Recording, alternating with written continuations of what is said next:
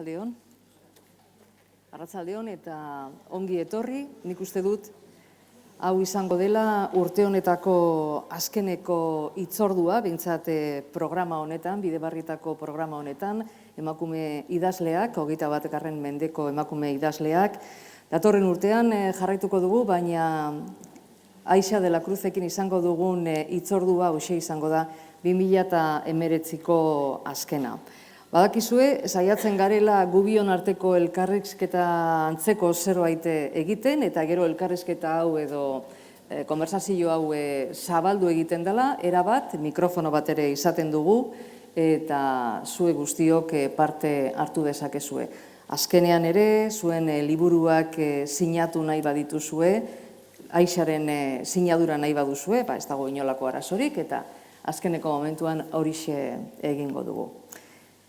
Buenas tardes, bienvenidos a todos, bienvenida Aixa de la Cruz, un placer tenerle aquí con nosotros en este programa Mujeres Escritoras del siglo XXI y evidentemente si hablamos de mujeres escritoras del siglo XXI, Aixa de la Cruz cumple con todos los preceptos para llamarle así.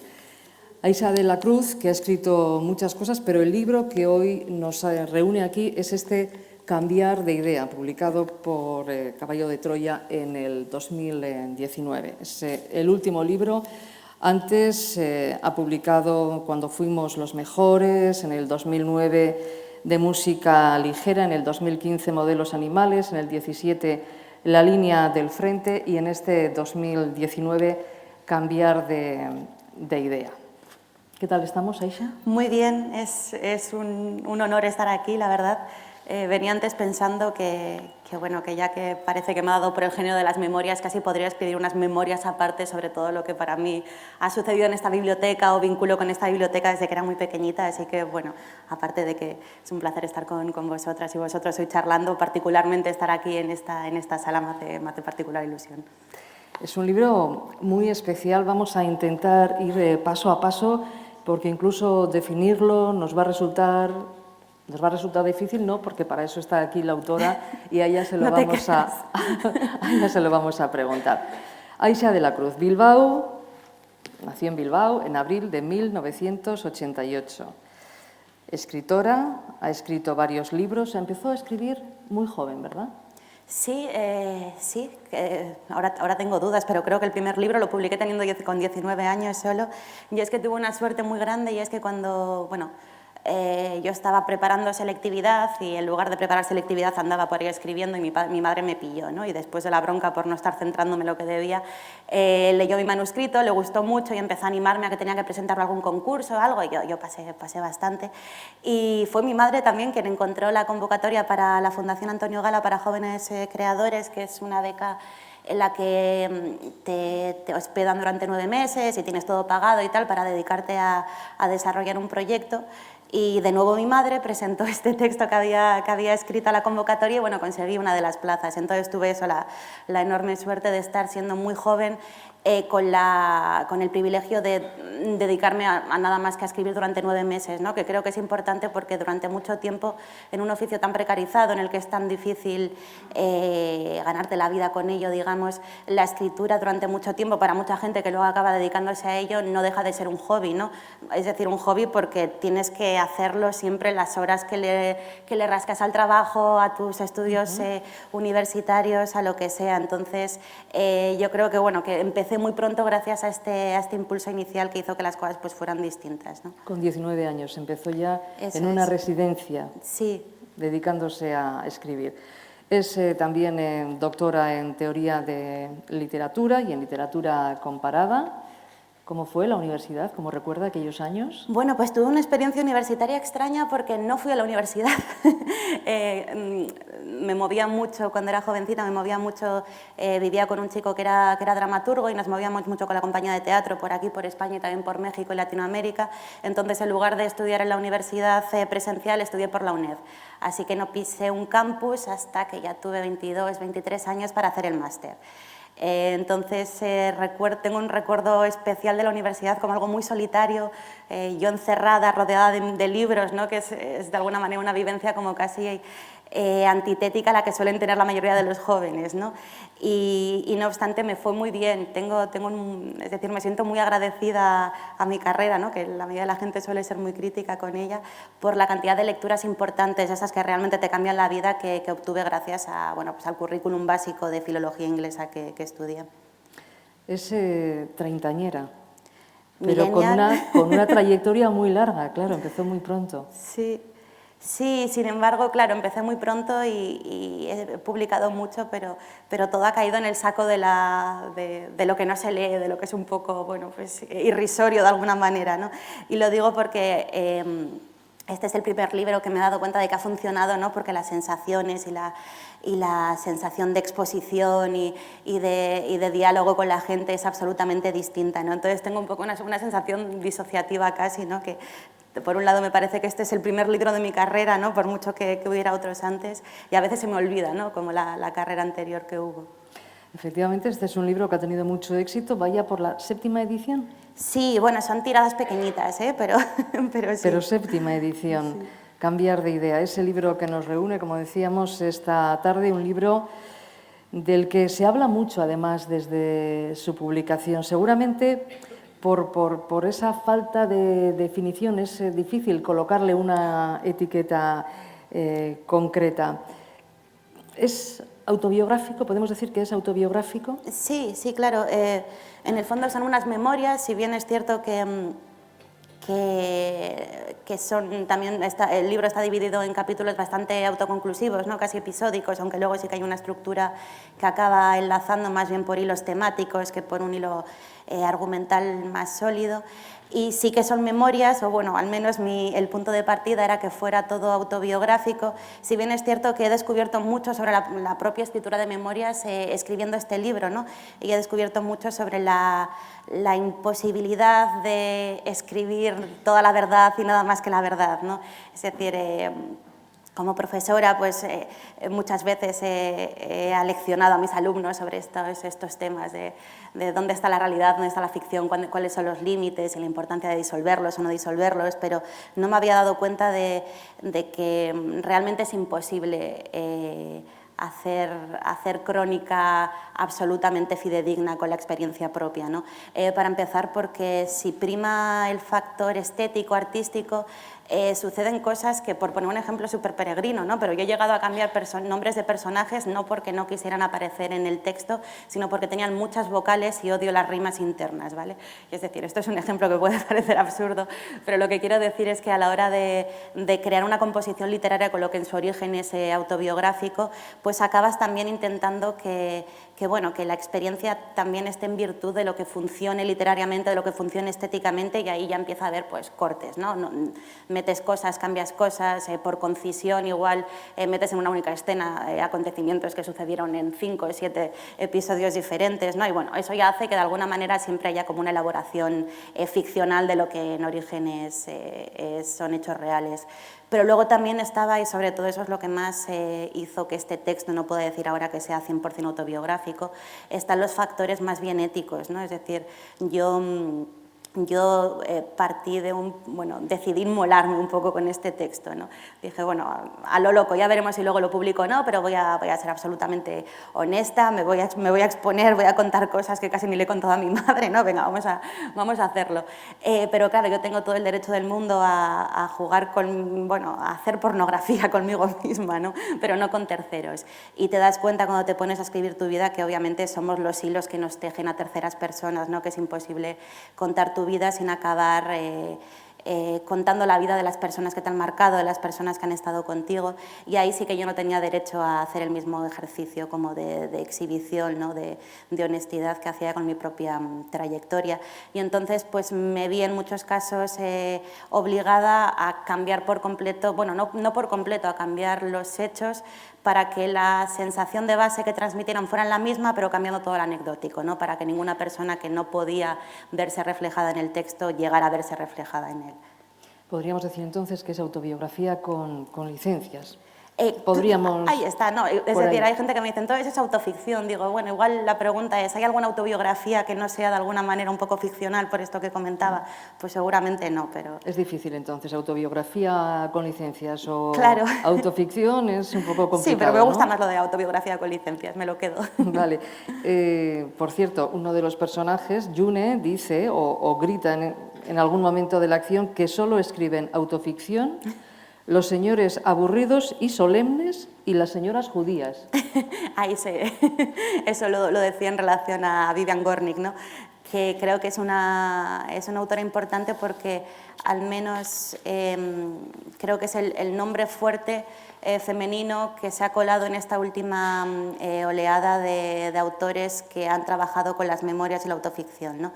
Y yo tengo una relación peculiar con este género que he acabado trabajando porque, bueno, todo tiene que ver un poco con el desprestigio absoluto que gozaba todo aquello que tuviera que, es decir, todo aquello que sonara a escritura que solo escriben las mujeres, a escritura femenina, para mí, en el mundo en el que vivía, en el mundo en el que me llegaban los discursos que me llegaban, gozaba de un enorme descrédito, ¿no? Entonces yo crecí en un mundo en el que, bueno, para ser una autora importante tenías que de alguna forma desvincularte de lo que escribían las mujeres típicamente, que eran diarios, que eran su vida íntima, cosas privadas, de sus hijos, de su vida doméstica, ¿no? E intentar pues tratar los temas más universales, importantes que tratan los grandes autores literarios, ¿no? Entonces, como decía, yo tenía una muy mala relación con este tipo de escrituras del yo, por un lado porque las consideraba vinculadas a la escritura de las mujeres, porque yo tenía en muy mala opinión la escritura de las mujeres y por tanto me quise siempre alejar de ello.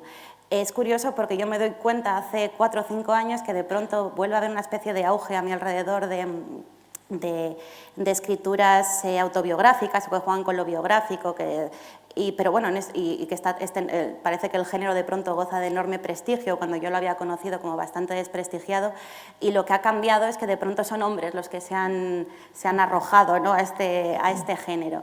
Entonces, claro, se da una paradoja que, bueno, en el fondo es lo que pasa siempre, ¿no? Tiene que venir un hombre o tiene que venir un representante del status quo prestigioso a trabajar un género para que dicho género goce de nuevo de prestigio.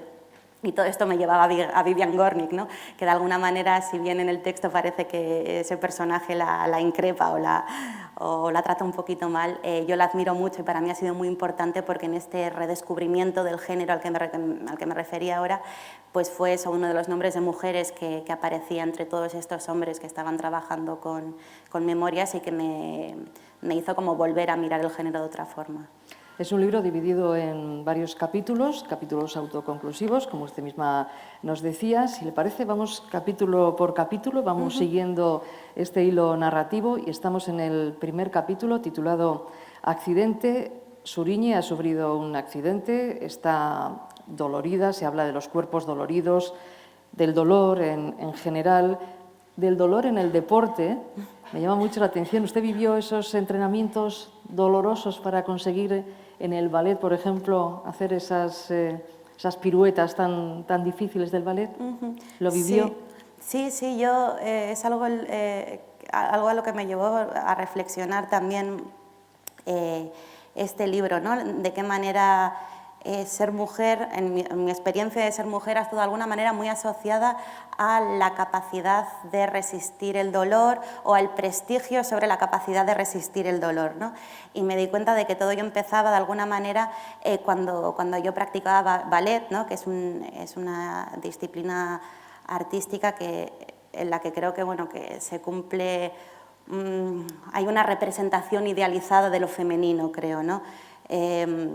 Las mujeres son muy mujeres todavía, ya sé, es decir, me estoy refiriendo al ballet clásico, ¿no? Que es lo que yo conocí.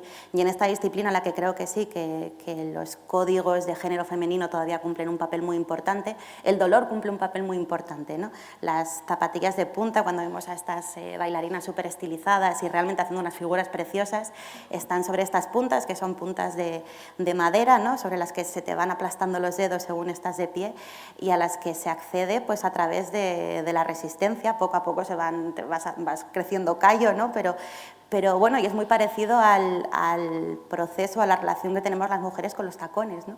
Yo hoy me he planteado mucho si venía con tacones o no, porque sabía que esto iba a salir a colación y digo, va a parecer que no he aprendido nada de lo que dice en su libro que ha aprendido, ¿no? No, bueno, pues en efecto sigo llevando tacones, si bien soy consciente de lo que simbolizan en nuestra cultura, ¿no? Y ante todo simbolizan eso, la idea de que ser mujer es primar lo estético por encima de lo funcional, y es incluso primar lo estético por mucho que duela, ¿no? Es decir, yo prefiero estar aquí sabiendo que si hay una emergencia de humo, ¿no? No voy a poder salir pitando como los demás, y sabiendo que me ha costado más venir hasta aquí, ¿no? Que me duelen un poco los tobillos ya, y sabiendo que esto de alguna manera es lo que corresponde a los códigos de ser mujer estilizada, ¿no?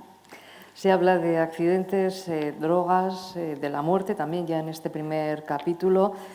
Me alejo del hospital pensando que si el cuerpo de Suriñe es el relato de su accidente, solo necesitan escribir memorias quienes salen con el cuerpo ileso.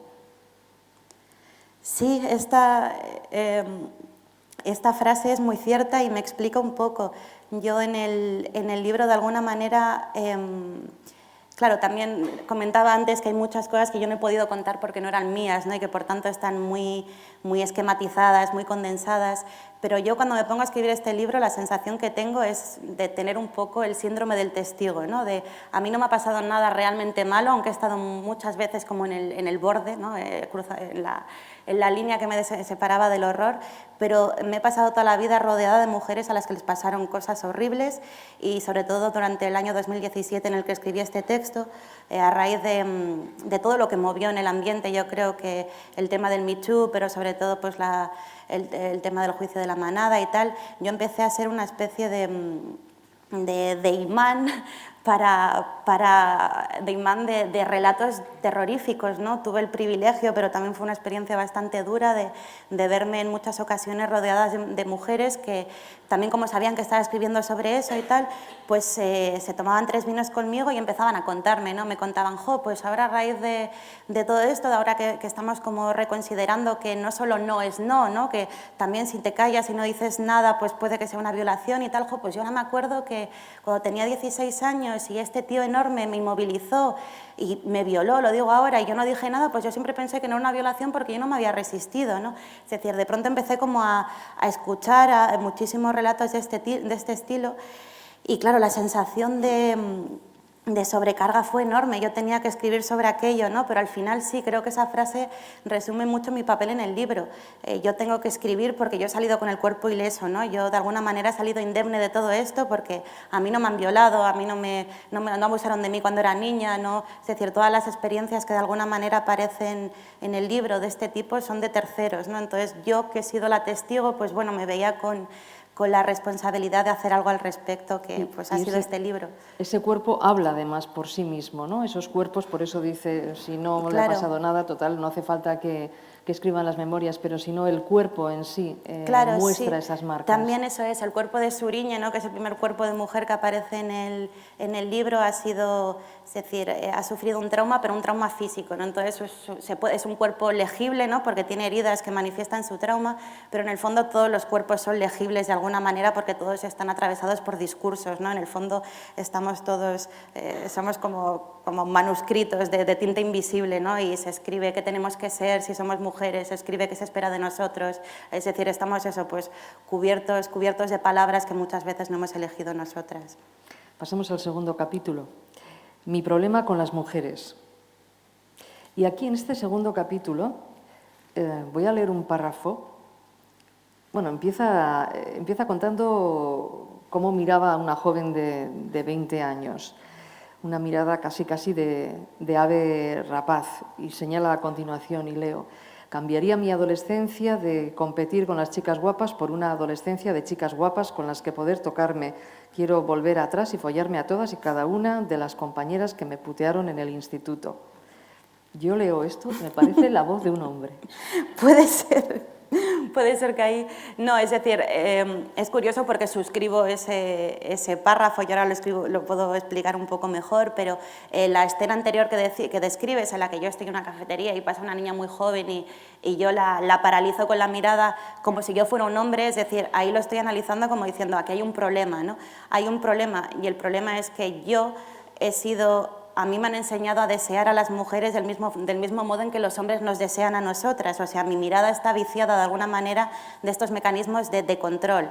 Cuando miramos a una mujer dentro de un paradigma de roles heterosexuales, es decir, aunque yo sea mujer me puedo inscribir, ¿no?, dentro de un paradigma de roles heterosexuales, a la mujer se la mira para disecarla, ¿no?, que es lo que creo que digo en esa escena. Y pues, está la idea de disecarla para admirarla, para detenerla, para negar su movimiento, negar su autonomía y, por tanto, disfrutar de ella, ¿no? Es decir, es todo el proceso de la objetualización. Y algo sobre lo que yo reflexiono mucho en este capítulo es sobre eso, ¿no? De qué manera intento indagar en los orígenes biográficos que tiene esta forma que yo tengo de mirar a las mujeres, ¿no? Que es una forma que, por supuesto, intento deconstruir y de la que ya soy consciente y por tanto, creo no ejercer de esa manera, pero sí que es eso, es un capítulo en el que yo hablo de cómo mi vida personal y mi vida social me enseñaron a que, bueno, pues yo me sentía atraída por las mujeres, pues obviamente las deseaba de la forma en la que veía que los hombres deseaban a las mujeres, ¿no? También dice, crecí rodeada de hombres porque las mujeres me daban miedo y no les perdí el miedo hasta que empecé a follármelas, que también suena a hombre. También puede ser que suene bruto, pero ahí estoy reflexionando sobre esta idea de que también dentro de este paradigma que critico, tener sexo con una mujer de alguna manera es ejercer poder sobre ella. Entonces yo sí que esa frase analiza eso. Yo me sentía intimidada por las mujeres. ¿Cuándo consigo dejar de sentirme intimidada? Cuando me siento en una situación en una posición por encima, y es curioso que eso sea una relación sexual, por ejemplo, ¿no? Pues por eso, porque las relaciones entendidas según este paradigma heterosexual son siempre de relaciones jerárquicas y de desigualdad de poder. En este capítulo mencionaba que entra un poco en los orígenes biográficos. Y es verdad que en este capítulo menciona a muchos familiares, a su madre, sí, a su padre, a su biopadre, a los abuelos. El entorno familiar siempre muy importante, ¿no? Por supuesto, al final lo es todo, ¿no? Ahora que tengo una niña pequeña, ella solo tiene 6, 7 meses y ya empieza a notar que tiene hasta gestos míos, ¿no? Porque la miro muy de cerca y yo tengo una costumbre, que es que a veces sonrío solo de un lado y de pronto la niña está sonriendo solo de un lado y digo, madre mía, si ya hay unas relaciones miméticas tan fuertes con una niña que todavía no tiene idea de su propio ser, no me puedo ni imaginar cómo va a ser este proceso, ¿no? Es una responsabilidad preciosa y horrible al mismo tiempo la de ser una madre, porque sabes que le vas a contagiar todo, lo bueno y lo malo, y por contagiar me refiero a tus esquemas mentales, tus prejuicios, tus miedos, tus formas de ver el mundo, ¿no? Y por tanto la familia es esa que nos lo ha dado todo y también todo lo malo de alguna manera, ¿no? Les debemos mucho bueno y mucho malo, y creo que para mí, y creo que para mucha otra gente, esta década que va de los 20 a los 30 trata un poco sobre esto, sobre entender que sí, que nuestros padres nos han dejado marcado, un poco, ¿no?, para allá, haciendo lo mejor que podían, y asumir esto y también reconciliarnos con ello, ¿no? La reconciliación llegará un Llegará poco más tarde, adelante, ¿verdad? sí. En otro capítulo. Estamos ya en el tercer capítulo. Se titula Temblor, y en este capítulo casi nos vamos hasta México. A México es sí, importante en su mucho, biografía. Muchísimo. Sí, sobre todo, no llegué a adquirir la nacionalidad mexicana porque perdí el papelito de aduanas que me dieron en uno de mis primeros viajes y me era necesario para tramitarlo. Es decir, soy una persona muy despistada y esto al final deja huella, pero para mí sí que es mi segundo país. Es decir, nunca llegué a tener la nacionalidad, pero sí que siento México muy cerca y me sigue importando mucho la política nacional, y por mucho que haga tiempo que no lo visito, está para mí muy presente, y lo está también por el valor como de formación emocional que tuvo para mí, ¿no? Yo visité México por primera vez a los 19 años, en una época además en la que la violencia de narcotráfico empezaba a resurgir después de una temporada en la que había estado más o menos calmada la cosa. Esta guerra que tiene abierta el gobierno mexicano con los cárteles estaba pues escalando dramáticamente cada día, y entonces para mí, que era una cría que no había salido de Europa, de pronto encontrarme con una realidad tan absolutamente marcada por la violencia, pero también marcada por otras cosas, ¿no?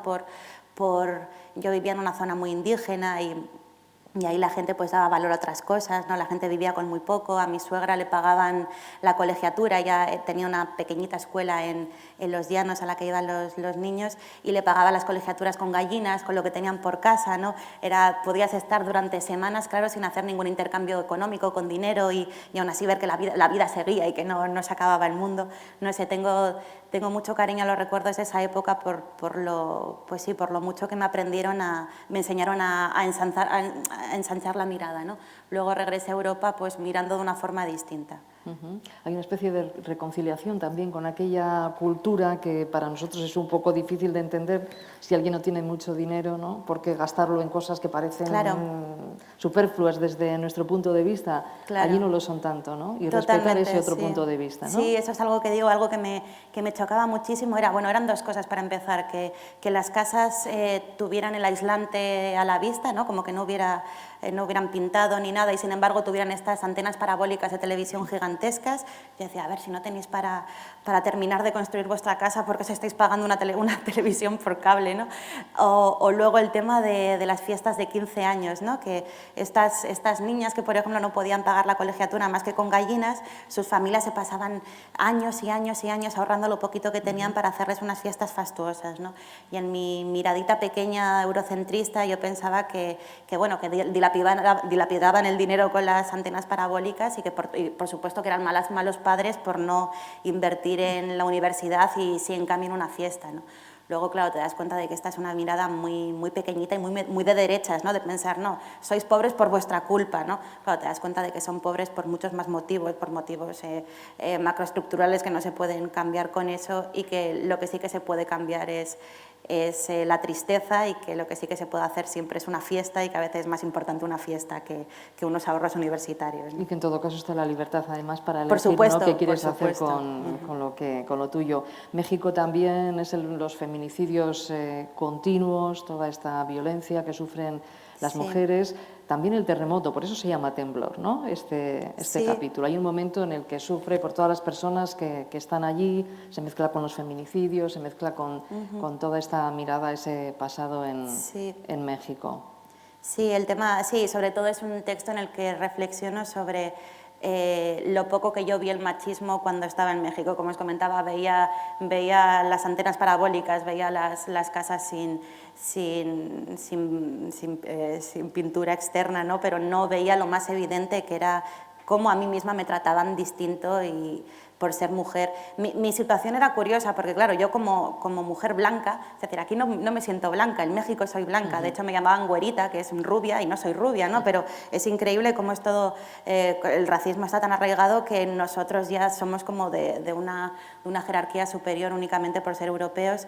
Y claro, entonces a mí me trataban mejor por ser europea y eso hacía que no me diera tanta cuenta, ¿no? de cómo me trataban peor en otros ámbitos por ser mujer, ¿no? Me tuve que alejar un poco y empezar a escuchar testimonios de mujeres y amigas mexicanas para darme cuenta de que esto que empezaban a contar había estado siempre ahí presente, ¿no? Y por otra parte, cuenta que sus amigas de aquí veían en su compañero escenas de machismo que usted no las apreciaba en ese momento. Tampoco, sí, pero eso creo que tiene que ver con la ceguera propia de quien está dentro de una relación más que del contexto más amplio del país o lo que sea. Yo creo que sí, que cuando estamos, sobre todo cuando somos jóvenes y estamos enamoradas de alguien, perdemos muchísimo la perspectiva, ¿no? Y es eso, perspectiva, lo que hace falta, salir un poco de una misma y ver la situación desde fuera. Y creo que eso es lo bueno y lo malo del amor romántico, que nos deja como muy centrados en la persona que tenemos delante. Nos decía que seguramente fue por la pérdida de aquel documento por lo que no pudo obtener la nacionalidad, sí. Pero las pérdidas de ciertas cosas en su vida han sido como muy importantes, ¿no? Han dado un giro importante a su vida.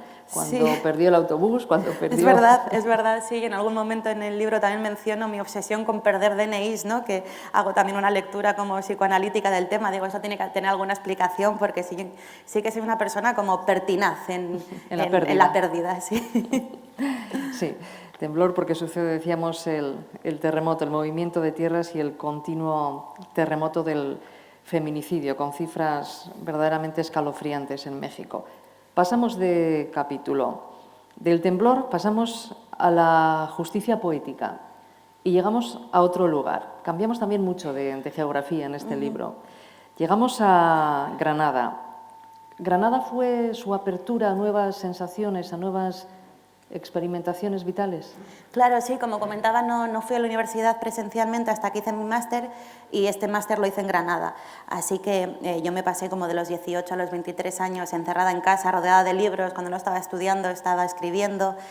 Aparte soy una persona a la que le gusta, es decir, si nadie me lo impide, tiendo mucho por carácter al encierro. Entonces fueron unos años en los que apenas salía de casa y estaba muy aislada, ¿no? Entonces de pronto esto cambió, me divorcié, me apunté a este máster y empecé a los 23 años, cuando ya muchas de mis compañeras ya estaban acostumbradas a ser universitarias, ¿no? Y a lo que implica, pues yo lo descubrí por primera vez, ¿no? Por primera vez viví sola en un piso de estudiantes, por primera vez tuve pues la libertad que eso conlleva, y entonces ese capítulo se podría haber titulado también La vida era una fiesta, ¿no? Es decir, es un año que recuerda así con todos los fuegos artificiales posibles, y en mitad del cual, por tanto, las dos experiencias desagradables que narro, pues tienen, vistas con perspectiva, pues un efecto de subrayado, ¿no? Es como en mitad de todo este jolgorio, en mitad de toda esta intrascendencia, de toda esta felicidad, ¿no? Pues la violencia sexual está ahí, es como esta especie de monstruo que nunca deja de estar debajo de la cama, ¿no? Y lo que hago en este capítulo es, de nuevo, contraponer de qué manera yo, como mujer que se relaciona con mujeres, con una mirada de hombre, como tú decías, pues hombre, no llego a cometer una violación, ni mucho menos, pero sí que cometo una falta ética, ¿no? Dejo a una mujer desprotegida en un momento en el que quizás le podía haber pasado algo malo. Yo no sabía si sus compañeros de piso tenían una relación de maltrato con ella o no, y en cualquier caso a mí ella me da igual y salgo pitando sin ningún tipo de preocupación, ¿no? Y luego contrapongo una escena en la que antes decía que a mí nunca me ha pasado nada malo. Quizás la única vez en mi vida en la que estuve a punto de pasarme algo malo fue en esa casa en la que entré para acostarme con un hombre voluntariamente y salí corriendo porque la cosa se había vuelto no voluntaria y bueno, tuve que salir desnuda de la casa. Fue aquello, pues todo un show, ¿no?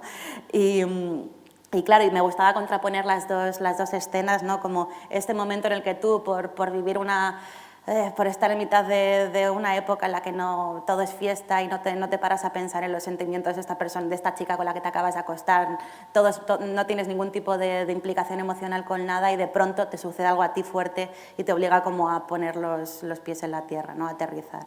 Es muy valiente, por contar estas cosas y por reconocer que a veces todos ejercemos un poco de violencia, ¿no? Contra otras personas que en ese momento están en una situación más débil que la nuestra. Claro, sí es valiente, pero es decir, es un acto de inmolación que hago, como digo, pero que no lo hago por nada, ¿no? Como decía antes, es muy importante que este libro lo escribí en 2017, que fue el año, creo que ya estamos más o menos asentados en un momento cultural en el que el feminismo se ha vuelto bastante hegemónico, ¿no? Es decir, todavía queda muchísimo por hacer, pero ya a nadie le da vergüenza decir que es feminista. Hay ciertos debates que están ganados, que antes ni siquiera eran debates, ¿no? Bueno, creo que en los últimos 2 años han pasado muchas cosas importantes, pero que esto comenzó de alguna manera en el 2017, ¿no? Yo recuerdo que a principios de ese año, cuando de pronto el feminismo estaba en el debate público, yo, como había estudiado un máster con enfoque de género, la gente venía a preguntarme mucho como, tú que eres experta en esto, ilústranos, ¿no? Y cuando digo la gente me refiero sobre todo a hombres, ¿no? Que para empezar daban por hecho que yo había nacido feminista. Me decían, hombre, ten paciencia con nosotros, que hombre, nosotros no hemos nacido feministas, que estamos haciendo este esfuerzo de acercarnos a esto, ¿no? De ser generosa. Y era como, hombre, ninguna hemos nacido feministas, ¿no? Que es una de las cosas que quería demostrar en este libro. El hecho de que hayamos nacido todas bajo el mismo sistema de opresión patriarcal hace que también nosotras seamos copartícipes de nuestra propia opresión, ¿no? Que es una cosa muy perversa que tienen todos los sistemas de dominación. Yo qué sé, si nos vamos si pensamos en esclavos negros en Estados Unidos, películas como esta que hizo Tarantino de Django, que a mí me ponía de muy mal humor, se cebaban mucho con esta figura del negro cómplice, ¿no? Por supuesto que hay negros cómplices, porque al negro le han lavado el cerebro para ser su propio enemigo y para pensar que él está por debajo del blanco, ¿no? Ese negro también es víctima del sistema y no un cómplice del sistema, ¿no? Pero en este sentido también las mujeres nos han educado en el mismo mismo sistema que nos aliena y por tanto compartimos prejuicios, compartimos ideas de autoodio y compartimos miradas machistas, ¿no? A la vuelta a Bilbao, después de esa estancia en Granada, frenada esa experimentación o la vida es una fiesta, tranquila y a salvo, podría seguir defendiendo el refrito ideológico. Y cita a autores como Preciados, a Butler. ¿Cómo y en qué momento contacta con estas fuentes literarias? Sí, pues cuando decía que me siento muy agradecida a mi carrera es porque me permitió acceder a estas figuras de la teoría crítica que para mí siguen siendo básicas, ¿no? Como, bueno, sobre todo a nivel universitario leímos bastante a Judith Butler y bueno, luego a través de ella pues sí que conocí a otras figuras, a Donna Haraway, al propio Paul B. Preciado y en este capítulo lo que digo también, lo que reflexiono, y esto es una reflexión que está en todo el libro desde el principio, es sobre el mal uso que se puede hacer de la teoría, ¿no? Yo salí de mi máster siendo una experta en género, de ahí que en cuestiones de género, siendo experta en feminismo, habiendo leído muchísimo, de ahí que se me acercaran los hombres a pedir consejo, ¿no?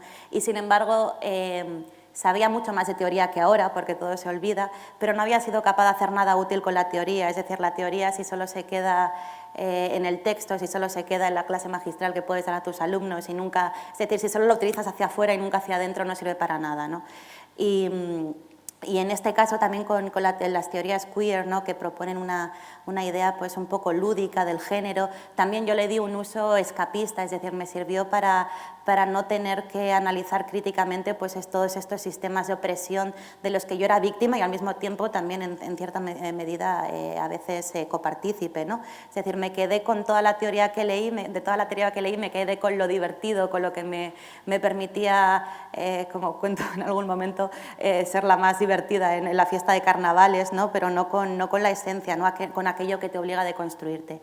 Y toda la filosofía, toda la teoría crítica en la que creo y que me parece importante es una teoría que si la utilizas bien y la utilizas primero contigo misma, te obliga a deconstruir tu identidad, a salir de ti misma y a empezar a ver de qué manera nos atraviesan a todos muchísimos ejes de opresión y es la que además una vez que descubres esto te dice, bueno, ahora sabes esto, ahora lidia con ello, ¿no? ¿Qué vas a hacer con esto? ¿Y en qué momento bajó al plano tierra de esa teoría crítica? ¿En qué momento la pudo traspasar a su vida? Ya, es una buena pregunta, es algo que también se malea en los libros, ¿no? Es decir, las evoluciones vitales suelen ser tan poquito a poquito, tan poquito a poquito, que no se puede establecer muchas veces hitos claros. Así que para mí fue todo un proceso muy borroso, hasta que de pronto en 2017 todo aterrizó en una ira destructiva. Yo recuerdo que de pronto había debates que tenía en la cabeza, tenía mis posturas ya muy decididas sobre muchos temas, pero de alguna manera esos temas no habían llegado a hacerme daño, ¿no? Y fue un año en el que dejé que me hiciera daño lo que estaba pasando ahí fuera y fue como el cierre, ¿no? De un proceso que probablemente se inició pues, mucho antes. Vamos a otro capítulo, la crónica sevillana. Un viaje posterior a Sevilla, estábamos en Granada, hemos vuelto a Bilbao y después vamos a Sevilla. Un viaje a Sevilla que se convierte en un viaje de alguna manera, para adaptarse al presente y aceptar el pasado. No sé si estará de acuerdo conmigo. Escribimos, dice en el libro, escribimos para dejar constancia de quiénes éramos hace un instante cuando nos sentamos frente al procesador de textos y como no tenemos pistas, fabulamos. A veces somos parásitos de ficciones ajenas, nos apropiamos del pasado para que nos incluyan. Por eso decía yo lo de adaptarse un poco al presente aceptando el pasado. Sí, y es un capítulo en general de reconciliarse, ¿no? Que antes me he adelantado, ¿no? A este tema, el tema de la reconciliación con lo familiar, con nuestros orígenes. Creo que forma parte de la construcción identitaria de toda persona odiar a su madre durante un tiempo, ¿no? Es decir, si a los 17 años no odias un poco a tu madre, no sé, para mí algo falla o algo está todavía como por gestarse, ¿no? Pero creo que igual que es importante rechazar a nuestros padres por todas estas, yo qué sé, todos estos prejuicios que nos han legado, todas estas cosas con las que no nos identificamos, creo que también es importante asumir que bueno, que lo hicieron lo mejor posible y que ya estamos en un momento en el que eso tenemos que dejarlo a un lado, no integrarlo en nuestra personalidad y seguir adelante. Y Y este capítulo está dedicado a mi madre por eso, ¿no? Porque yo me pasé durante muchos años odiándola, es un decir, la quiero más que a nadie, ¿no? Pero bueno, ya me entendéis, con esta sensación como de tener muchísimas cuentas pendiente con ella, ¿no? Con esta sensación de que cada vez que quedábamos juntas había una pequeña batalla que se gestaba a nivel inconsciente, ¿no? Siempre había como rencores, siempre había como, trapos sucios que salían, ¿no? Era como esta sensación de no dejar ir, ¿no? Como cuando discutes con alguien y la discusión ha sido zanjada, pero hay cosas que siguen aflorando cada vez que ves a esa persona. Yo tenía la sensación de que la relación con mi madre llevaba siendo así durante muchísimo tiempo y de pronto la idea de la maternidad me cambió.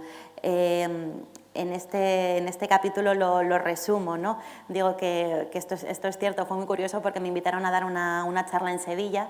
Y estuve en Sevilla con 28 años, que era la edad que tenía mi madre cuando estuvo embarazada de mí, en Sevilla, ¿no?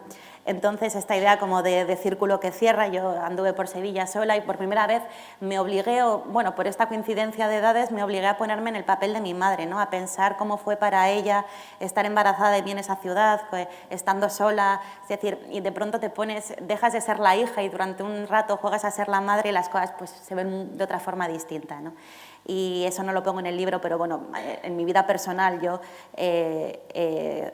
mi relación con mi madre ha cambiado por completo desde que yo he sido madre, ¿no? Ahora todo es fácil, todo es maravilloso, de pronto como que todas estas rencillas pasadas han desaparecido y lo que siento es una gratitud enorme. Hace falta también tener como a un ser absolutamente incapaz de hacer nada por sí mismo, ¿no? Que somos tan vulnerables y tan inútiles cuando nacemos que parece un milagro que sigamos vivos, ¿no? Te das cuenta ahí realmente de que estamos aquí por un capital inmenso de cuidados que han sido depositados en nosotros sin que jamás hayamos dado las gracias, ¿no? Y eso, es la verdad, es emocionante y te cambia muchísimo pues también la mirada. Hablando de cambiar, llegamos al último capítulo, que se llama Cambiar de idea. Es el que da título a este libro. Hemos hablado de accidentes, hemos hablado de cuerpos, de las miradas al resto de las personas, de aquella estancia en México, aquel capítulo que se llamaba Temblor. Hemos hablado de Granada, de Sevilla y ahora Cambiar de idea, el último capítulo. Y empieza el día de la defensa de su tesis doctoral. ¿Tesis doctoral que hizo? ¿De qué fue la tesis doctoral? Pues era una tesis sobre representación de la violencia, de la tortura después del 11 de septiembre en series de televisión. Es decir, un tema, si hay por aquí doctorandos, sabrán que la tesis te tiene encerrada en ti misma con tu tema de tesis doctoral durante 4 años, ¿no? Que no puedes pensar en otra cosa, no puedes hablar de otra cosa. Y en mi caso fue una apuesta un poco arriesgada, yo no lo sabía a priori, pero fue arriesgada porque, claro, el tema en sí no era bonito. Era un tema pues que se te acaba metiendo, te acaba creando pesadillas, ¿no?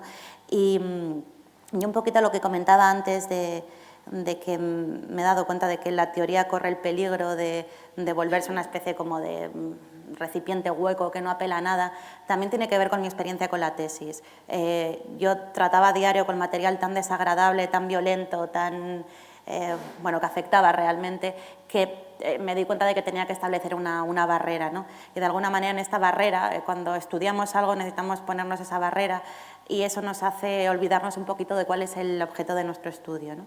Que también el hecho de que el libro termine con la defensa de tesis, yo creo que cuando defiendo la tesis también rompo esta rutina a la que me había acostumbrado de tratar la teoría como algo que es hacia afuera y no hacia adentro, ¿no? Porque para trabajar con todo ese material me era necesario tener esta especie como de barrera del etólogo, ¿no? Del que mira y no interviene, pero una vez que ya he depositado la tesis, de una forma simbólica para mí también significa que ya todo lo que he aprendido lo puedo empezar a dirigir al lado correcto, ¿no? Que no es un puñado de folios a presentar delante de un tribunal, sino yo misma, la gente a la que quiero, la sociedad.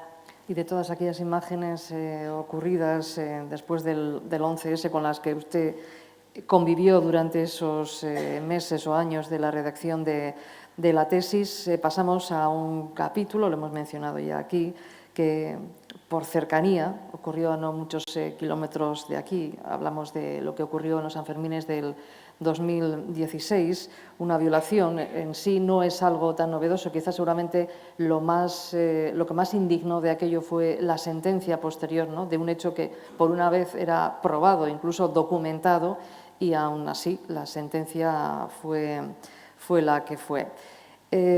Y aquí hablamos ya del feminismo, el Me Too, la manada, pero el feminismo también aclara aquí ciertas posiciones que también han cambiado.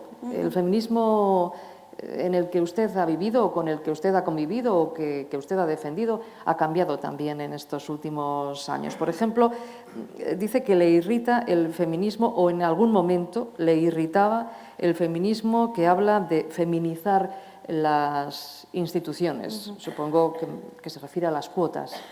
No, bueno, No tanto. sí, a la presencia femenina. Sí, a mí algo que critico ahí, que sigo criticando de esta idea de feminizar la política o las instituciones, es que feminizar no puede significar únicamente meter mujeres en instituciones que son masculinistas.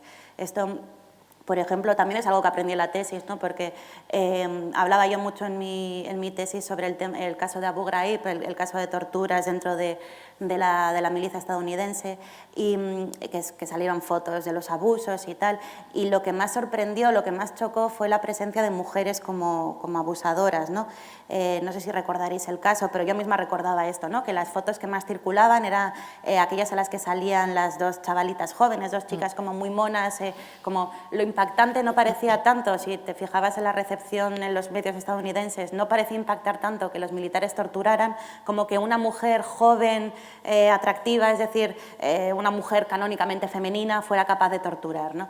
Y esto abrió un debate muy grande que dio a luz ciertos textos de un feminismo muy ingenuo, ¿no? Había mujeres que decían, jo, luchamos mucho para que las mujeres pudieran entrar en el ejército precisamente porque pensábamos que esto iba a cambiar, que ya no iba a suceder, ¿no? Y me parece un ejemplo de pensamiento muy ingenuo, ¿no? Porque no hay institución, creo, más masculinista y que más represente los valores para mí negativos de la masculinidad que el ejército, por todo el tema de la jerarquía, por todo el tema de las bromas internas pesadas que se gastan los reclusos, por la violencia misma. Es decir, es como el ejemplo típico de institución masculina, ¿no? Si no cambiamos la institución desde la base, lo que va a suceder es que si metemos mujeres en esa institución se van a masculinizar, es decir, no ocurre nada, es decir, si metes en una batidora un plátano sale batido, ¿no? Es un poco así y me preocupa esta idea de feminizar cuando se entiende únicamente por eso, por meter mujeres. Creo que feminizar tiene que ser algo mucho más profundo, tiene que cambiar los modos de hacer, ¿no? No sé si otro ejemplo que me gusta, perdón que me extienda con esto, pero creo que por ejemplo, toda la polémica que rodeó a Leticia Dolera con su serie, de la que ahora se está hablando tanto y tal, el año pasado, hace 2 años, bueno, no sé si acordáis la polémica, al parecer había contratado a una actriz para interpretar el papel principal y luego se supo que la actriz estaba embarazada y la despidió, ¿no? Entonces fue aquello muy polémico porque cómo es posible que Leticia Dolera, que es feminista y está rodando una peli feminista con mujeres feministas, haya cometido este acto tan poco feminista, ¿no? Y ella se excusaba diciendo, no, es que fueron exigencias del seguro, al parecer asegurar a una mujer embarazada tiene un coste tan grande en el mundo del cine que hace que sea casi imposible la producción, hacía también imposible seguir con el guión, con el guión tal cual estaba escrito, habría que haber cambiado frases y tal, y digo, claro, Leticia Dolera se encontró con esto, ¿no? Con que no basta con utilizar mujeres y tener un texto feminista y ser tú feminista si estás trabajando con el cine que obviamente es machista. Habrá que cambiar las estructuras de otra forma, habrá que crear de una forma colaborativa, igual hay que crear sin guiones que estén preestablecidos para dar libertad a las mujeres a que si se embarazan en algún momento pues siempre estemos a tiempo de cambiar hacia dónde van los textos, yo qué sé, pero cambiar las estructuras del tema. Estamos llegando ya al final, en las páginas 109, 110, y finalmente cuenta o relata lo que parece haber puesto en marcha este libro. Habla de su interés por toda la lucha de las mujeres. No sé, dice, si han dejado de interesarme las patrias o si he cambiado de patria, pero sé que nunca antes había estado tan cerca del origen de los incendios. Mi actualidad nace en los muros de periodistas y escritoras a las que admiro. He hecho referencia a un relato, a un suceso, algo que parece que nos lleva como al centro de la cuestión, que yo creo que no lo vamos a destripar aquí, porque sí, vamos a dejarlo, si alguien no ha leído el libro, para que lo lea y lo encuentre, pero sí admite que que hay un momento en el que algo explosiona, ¿no? Como nos decía hace unos minutos. Algo ocurre que se da cuenta de que algo está cambiando. Y yo creo que eso, es decir, esto es algo sobre todo de lo que todavía hay que escribir mucho y pensar mucho, y es de qué manera nos vamos a relacionar con nuestro pasado ahora que ha cambiado la hegemonía cultural. Es decir, lo que hace 10 años era normal y chistoso, que era que estuvieras en una reunión con colegas y alguien te dijera ¡ay, qué guapa estás!, y te tocara el culo el jefe, ¿no? Y todo el mundo se reía y tú te ibas a casa sin sentir que hubieras sido víctima de nada. Hoy en día es impensable, intolerable, porque hemos conseguido que lo sea, ¿no? Y esto me parece perfecto. Pero ¿cómo nos vamos a relacionar con todo aquello que sucedió antes de que cambiaran los límites, ¿no? Antes de que marcáramos estas líneas rojas que ahora hemos marcado, sucedió mucho. Nos pasaron muchas cosas, hicimos muchas cosas, y yo creo que es complejo y es prolífico en sentido literario, porque es muy conflictivo, pensar desde el ahora en el pasado reciente, ¿no? Con todo lo que hemos aprendido colectivamente como sociedad sobre feminismo, sobre abusos, ¿no? Y claro, el libro, tampoco quiero destripar esto que decías, ¿no? Pero el libro parece que va avanzando, parece que va hacia el futuro, hacia el presente, ¿no? En relación a de dónde nace, y al final acaba volviendo sobre una anécdota de mi infancia, ¿no? Porque claro, de alguna manera mi mirada cambia, el presente me cambia, y eso me obliga a reevaluar de forma muy distinta algo que había sucedido y que quizás yo no había sido capaz de entender en su momento, ¿no? Y esto creo que es una metáfora de algo que le ha pasado a mucha gente. Lo que contaba antes, mujeres que de pronto se han dado cuenta que sufrieron cosas que eran una violación, pero antes no se llamaba violación y ahora sí. También pues es curioso, ¿no? Ver de qué manera el paso del tiempo te victimiza. Antes no eras consciente de ser una víctima y ahora de pronto tienes que lidiar con ello. En el fondo estamos viviendo una experiencia colectiva muy parecida a la del trauma, ¿no? Porque decía Freud que el trauma es latencia, ¿no? El trauma se manifiesta siempre un tiempo después de que haya sucedido. Ponía el ejemplo de un señor que tiene un accidente de tren, ¿no? Sale andando perfectamente del accidente, llega a su casa y de pronto en casa se da cuenta de que está cojo, ¿no? Esa es la idea del trauma.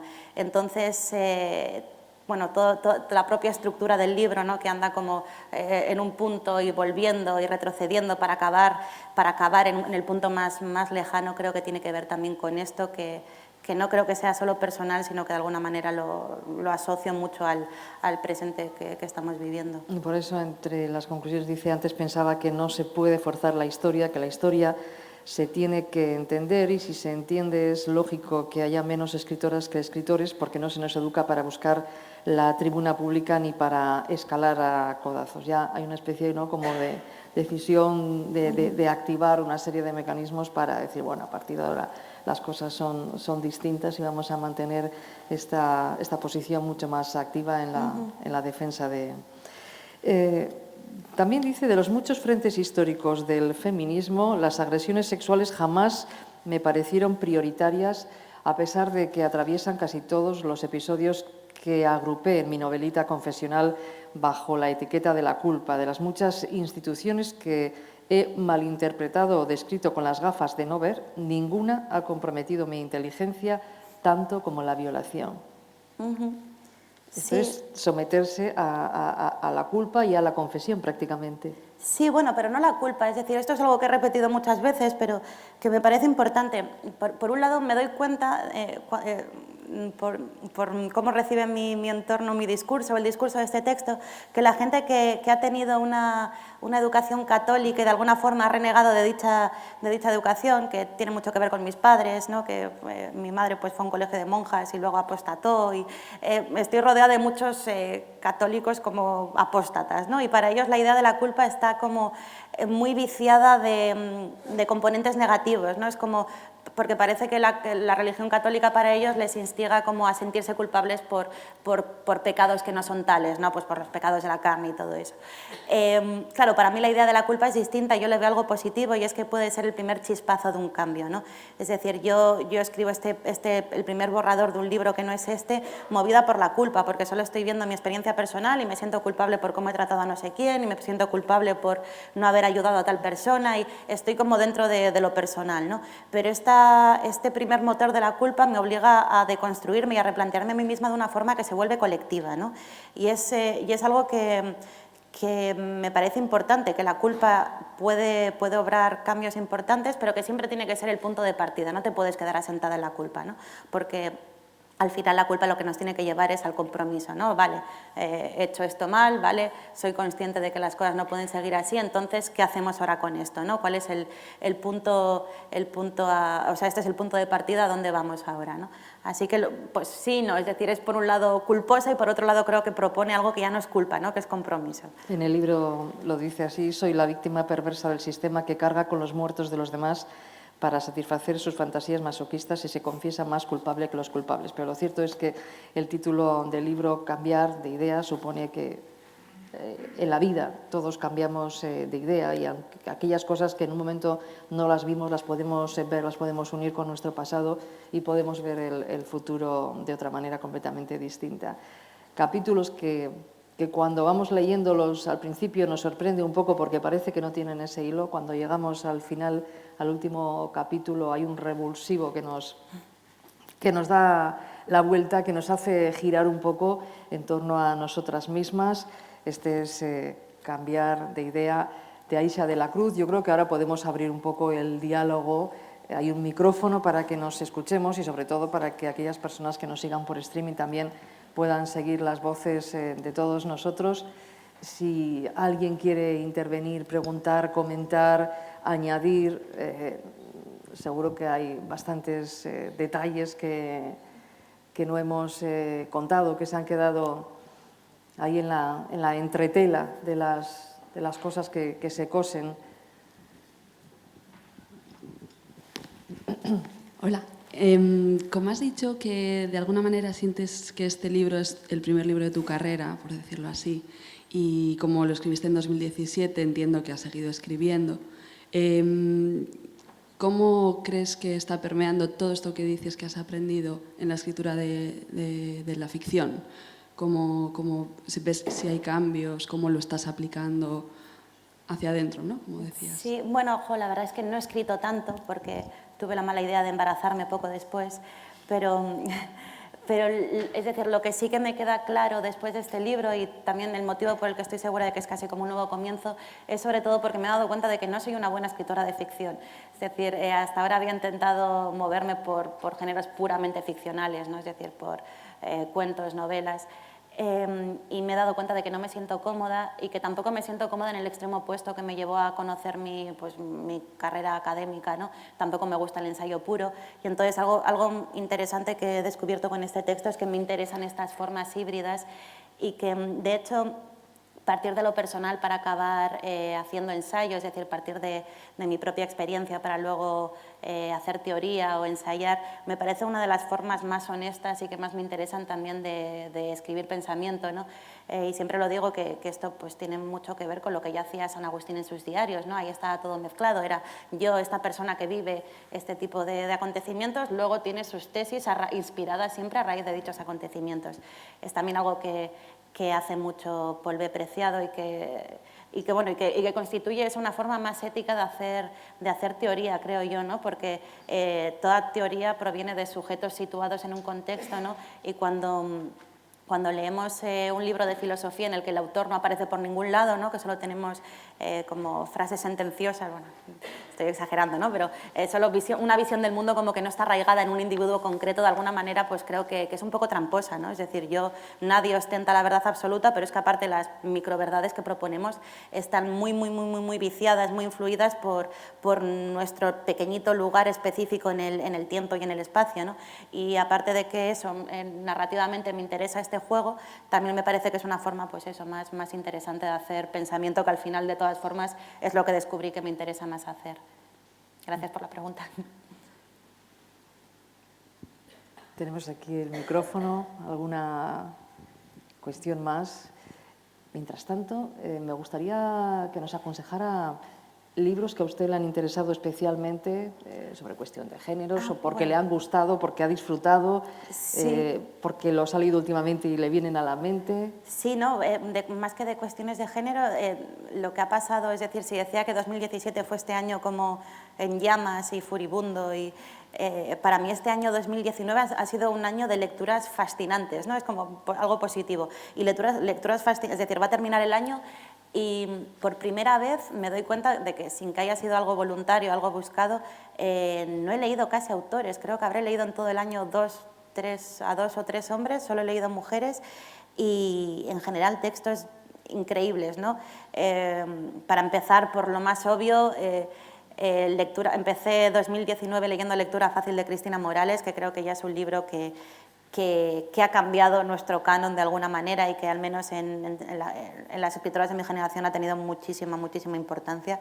Ya de alguna manera todas nos estamos midiendo para bien con Cristina. Y además el reconocimiento del premio de Por narrativa, supuesto, que siempre sí. es un empujón para... Por supuesto, sí. Y en mi casa y en nuestro entorno además lo recibimos mucho como si marcara el Athletic, ¿no? Fue una sensación como de celebración colectiva muy bonita, porque realmente hay un ataque al canon dominante, ¿no? Que es masculino, por muchos motivos, por la voz, por la propia figura de Cristina, por los temas. A raíz de eso, encadené una serie de lecturas bastante brillantes y como he leído tanto este año, cuanto más leo, más me cuesta como sacar nombres sueltos, así que me voy a olvidar de muchísima gente, pero me gustó muchísimo Historia de España contada a las niñas, de María Bastarós. Me ha gustado muchísimo el libro de Ana Pacheco, Guapas, listas, limpias, es maravilloso. Me ha encantado, también parecido en tono, el de Sally Rooney, de Gente normal, que ha salido traducido este año. Seguro que han salido las pequeñas autobiografías de Débora Levy, que van por fascículos casi. La primera es muy interesante. Tendría que haberme preparado, me voy a preparar la pregunta, de hecho, porque tengo intención de rescatar todo lo que he leído este año para hacer mi propia lista de libros del año, pero lo que sí que puedo decir es que ha sido un año en el que por fin han saltado todos esos nombres de mujeres brillantes que se llevaban mucho tiempo escribiendo y de alguna manera no acababan de copar la actualidad literaria, ¿no? Creo que ha coincidido que estaban todas ahí en las mesas de novedades y ha sido muy emocionante. Ha sido, por ejemplo, el éxito de este libro, porque de verdad que aquí, en este programa de Mujeres Escritoras del siglo XXI, más de una ha hablado de este libro, porque me gusta saber lo que la gente está leyendo y, en fin, lo que nos aconseja. En el éxito de este libro quizá es también ese momento en el que estamos, que necesitamos leernos, comprender ciertas cosas, y esa comprensión y esa unión con otras voces y con otras escrituras consiguen una especie de tirar para arriba, ¿no? de hacer un bombazo, puede ser algo así. Sí, y no lo digo bombazo en el mal sentido de la palabra, digo en el sentido de coincidir en el momento justo y hacer crack. Totalmente, se han dado sinergias bonitas de creo que muchas personas pensando sobre los mismos temas al mismo tiempo, ¿no? y escribiendo libros que entablan un debate entre sí, ¿no? Que siempre escribir un libro es de alguna manera proponer un debate con tu lector, pero qué bonito es cuando el libro además se inserta en un momento en el que está debatiendo al mismo tiempo con muchos otros libros que de alguna manera están abordando temas parecidos o miradas parecidas, ¿no? Porque eso hace que el texto sea mucho más rico de lo que yo podía haber imaginado, ¿no? Ya es este libro más los libros con los que dialoga, más la gente que pueda haber escrito algo sobre ello. Seguimos, sí, tenemos otra. Bueno, ante todo, decir que es usted una mujer muy interesante, lo digo desde el plano no machista, porque mi pregunta es la siguiente. Los hombres que ya somos un poco maduros, que venimos de atrás, sintiendo, al menos mi persona modesta, yo siempre he dicho que soy un enamorado de la mujer. Pero eso no es óbice para que yo considere que soy un poco machista. Digo que es usted muy interesante, una mujer muy interesante, porque yo creo que ha regalado usted en el momento oportuno con este libro para vivencias de hombres como yo, o más jóvenes, que tienen que darse cuenta de que efectivamente la mujer tiene un tiempo, como la tenemos nosotros, y que la igualdad existe, aunque usted hablaba de la masculinidad del ejército, voy a ser muy breve. ¿Usted qué opina de la mujer en el fútbol? Buf, es que podría estar hablando de eso una hora. La mujer en el Sí, fútbol. la mujer ahora mismo, bueno, hay un debate. Sí, es que con el tengo tema. muchas ideas al respecto. Sí, pues sería interesante conocerlas, si es tan amable. Vamos a ver. Por un lado, es decir, está este debate inicial. Mire, le voy a poner un ejemplo. Estaba yo embarazada en el gimnasio, ¿vale? En la cinta, yo suelo correr, ya no podía correr, ¿no? Con una sensación de, ya no soy lo que era, no puedo casi andar. Y enfrente en la pantalla tuve la suerte de encontrarme con estaban televisando una competición de halterofilia de mujeres. Y entonces nunca había visto halterofilia de mujeres, le puede parecer una tontería, pero pues no es algo que nos pongan en la tele habitualmente, ¿no? Y de pronto pues me quedé fascinada viendo cómo se encadenaban una tras otra, sobre todo eran chinas las que quedaban finalistas, chicas de 1,50 m, 60 m, delgadísimas, o sea, nada que ver con cuando pensamos en un fortachón, en un fortudo, no pensamos en alguien con unos músculos que abultan mucho. Estas chicas eran muy finitas y muy bajitas, eran como todo lo que se supone que somos las mujeres y que por tanto nos han vendido que la fuerza no es un atributo nuestro, pues tenía ahí como estas mujeres tan codificadas como mujeres levantando una cantidad de peso que no sé por dónde están los límites, pero algo absolutamente desbordante, ¿no? La sensación que aquello me dio conecta con unas ideas no del todo populares que tengo yo sobre el fútbol femenino, y es que me parece que siendo el fútbol un deporte con diferentes posiciones en las cuales, es decir, a un delantero no le exigimos los atributos físicos que a un defensa, ¿no? Es decir, yo me imagino que una mujer veloz, ágil, bajita puede ser una delantera estupenda, mientras que, bueno, pues igual en las posiciones de defensa nos hacen falta más tiarrones, a pesar de que, como decía, empiezo a pensar que esta idea de que las mujeres no tengamos fuerzas está construida. Entonces, con todo esto quería llegar a que el primer debate para mí ¿es necesario que exista el fútbol femenino, sí o no? Es decir, yo creo que dentro de 100 años, dentro de 200 años, el fútbol será mixto, y sobre todo el fútbol, además, por lo que le decía, que creo que es un deporte que favorece bastante como la pericia por encima de la fuerza bruta, ¿no? Pero, por otro lado, entiendo la necesidad de fomentar de forma específica el fútbol femenino y cualquier disciplina de deporte femenino, por mucho que las mujeres, en muchos de ellos, pudieran competir al 100%, más que nada por lo mismo, por lo que estamos a favor de las cuotas en ciertos ámbitos, ¿no? Porque venimos de una desigualdad histórica y eso no se va a dilucidar en un segundo. Hace falta apoyar específicamente el fútbol femenino, pues porque carece de infraestructuras, carece de un pasado, de una historia propia, ¿no? Entonces ahora tiene sentido. Por tanto, estoy muy a favor del fútbol femenino, pero también le digo eso, que estoy segura de que en menos tiempo, de hecho no creo que haya que esperar 200 años, vamos a tener equipos mixtos. Y seguro que para ventaja y para mayor esplendor del deporte. Pero fíjese, yo lo digo desde el punto de vista de la masculinidad que usted comentaba del ejército. Yo trabajo en un medio de radio, voy a omitir la emisora que es, ¿no? Tuve que llamarle la atención el otro día a un compañero, llamarle la atención más que nada, decirle que me parecía una bestialidad lo que estaba comentando, al respecto de que él me decía que la gran mayoría de mujeres que practica el fútbol son lesbianas. Y yo le dije, me parece que eres un tremendo hipócrita y estúpido, ¿no? Y eso define al hombre mucho más bruto y mucho más espécimen de idiota.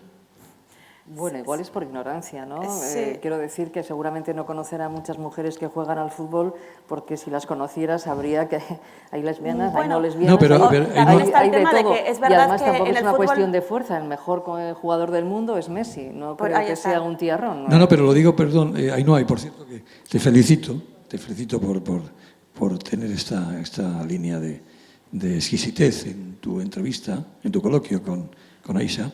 Lo digo desde ese punto de vista de que nunca se dice, no, es que los futbolistas son gays. Cuando se dice que un futbolista es gay o homosexual, pues no le damos importancia a los hombres. Pero cuando decimos, es que yo creo que esa chica es lesbiana.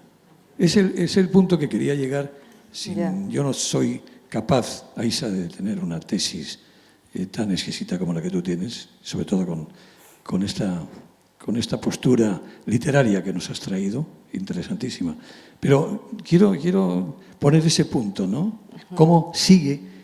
Tú hablabas de que las estructuras de las instituciones tienen que cambiar para que los hombres reconozcamos efectivamente que la mujer es mujer Mujer, hombre, es que va a costar mucho, pero es importante que estés en el mundo. Las gafas, ¿no? La cuestión de las gafas. Gracias, Hay que gracias mirar por permitirnos existir. Hay que mirar con otras gafas, pero poco a poco, igual que en otros campos, seguramente Seguro que las sí. gafas se irán cambiando de color. Pues, no sé, alguna otra intervención, si no vamos a ir terminando.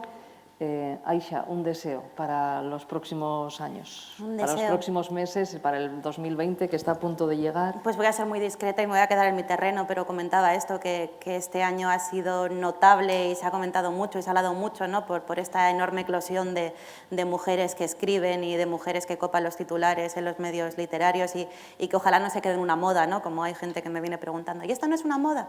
Hombre, pues espero que no sea una moda, que las mujeres se atrevan a escribir y que el mundo les preste oídos, ¿no? Han sido varios títulos los que nos ha aconsejado Aisha de la Cruz. Ella no lo ha dicho, yo se lo digo, cambiar de idea del que habla tanta gente, 7ª edición ya en la calle, por algo es un libro que ha llegado en el momento justo y le agradecemos muchísimo que nos haya contado todos estos detalles del libro. Gracias a ti. Es tremendo que ustedes puedan compartir con nosotros todos esos pequeños secretos de la realización de un libro. Nosotras como lectoras los leemos, los disfrutamos, pero además conocer todo lo que hay detrás de esas palabras es muy gratificante. Así que, mila esker, eta zuei guztioi, urte berrion, el próximo año seguiremos con este programa, emakume idazleak 21. mendean. Eskerrik asko.